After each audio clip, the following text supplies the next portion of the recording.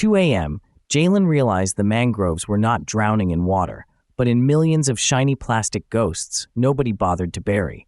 After late shifts pouring cheap gin in a wind-scoured fishing town outside Lagos, he walked home past gutters that moved like clogged veins.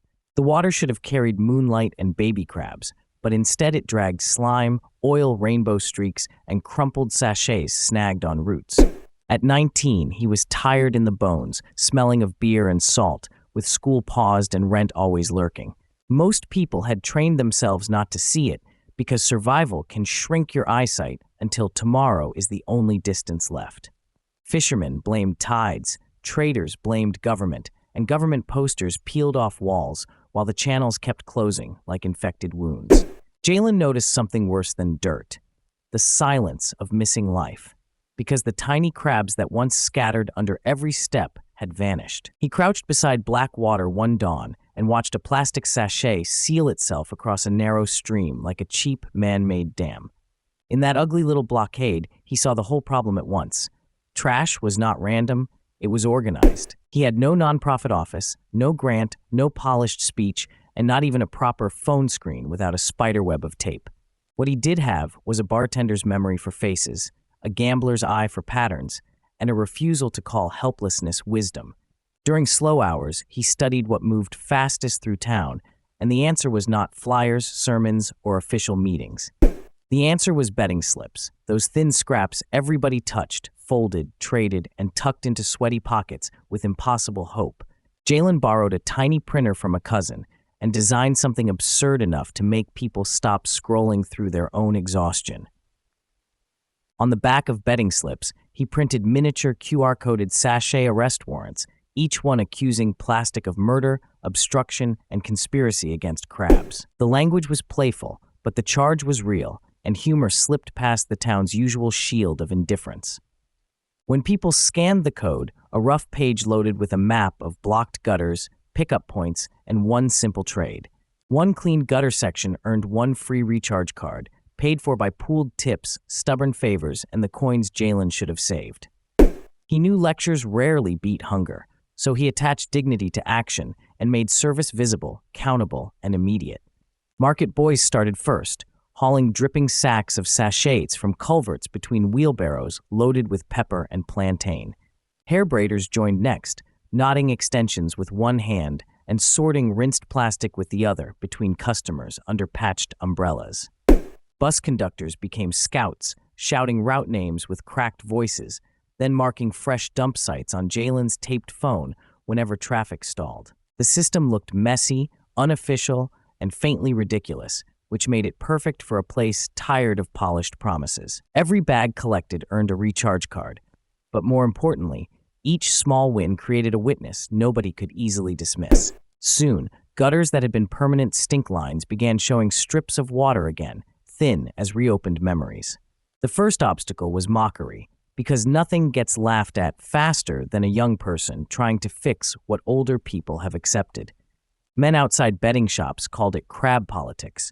Children waved sachets like confetti, and some officials smiled as if indulging a harmless fever. Jalen answered with evidence instead of offense, photographing the same gutter before clearing, after rain, and 3 days later when water flowed. He taped those pictures onto kiosk walls, bus stops, and market posts where excuses had nowhere to hide. The second obstacle was fatigue, because idealism sounds beautiful until you are ankle-deep in rot before sunrise after serving drinks all night. There were mornings when his palms burned from pulling plastic meshes out of thorny roots, and his eyes blurred over the map. On those mornings, he broke the mission into bites small enough to survive. One drain, one corner, one sack, one scan. That became his first real lesson for anyone watching. Make your cause smaller than your fear, and move before motivation negotiates you into stillness.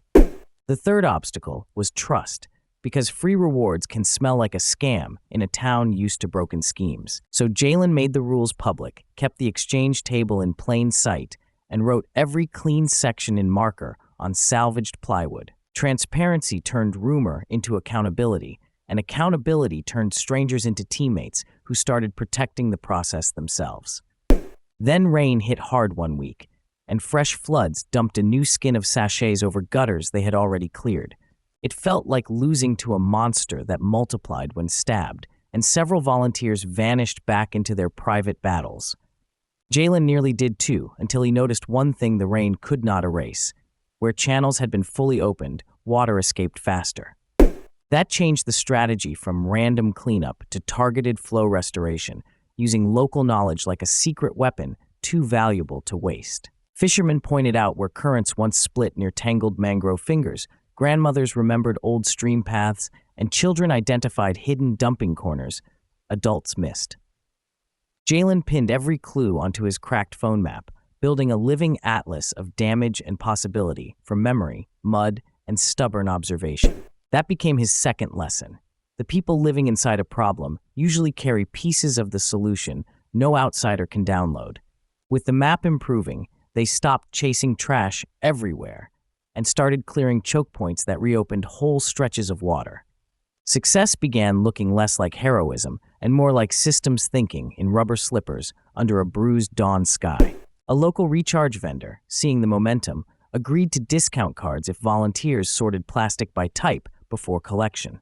Suddenly, cleanup was not just charity, but infrastructure. An effort produced cleaner data, better pickups, and a stronger chain. The town's attention shifted because visible order is contagious when chaos has become background wallpaper for too long.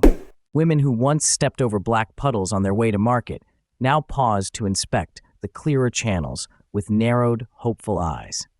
Young men who had mocked the warrants started competing over who cleared more sacks, posting muddy hands like trophies. Schoolchildren drew crabs on cardboard and tied the signs above gutters, turning drainage routes into tiny declarations of return. Even the smell changed in some corners, from fermented rot and diesel to brine, wet wood, and something close to relief.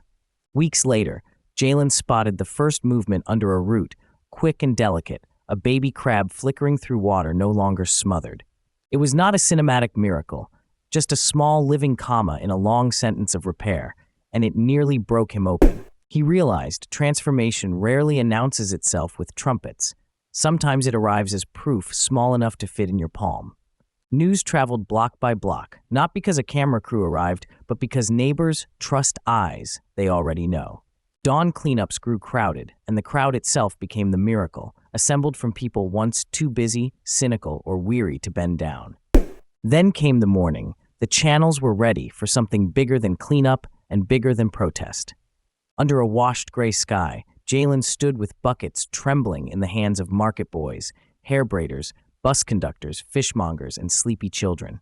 They carried 10,000 young crabs to the mapped channels, the same waterways that had been written off as dead.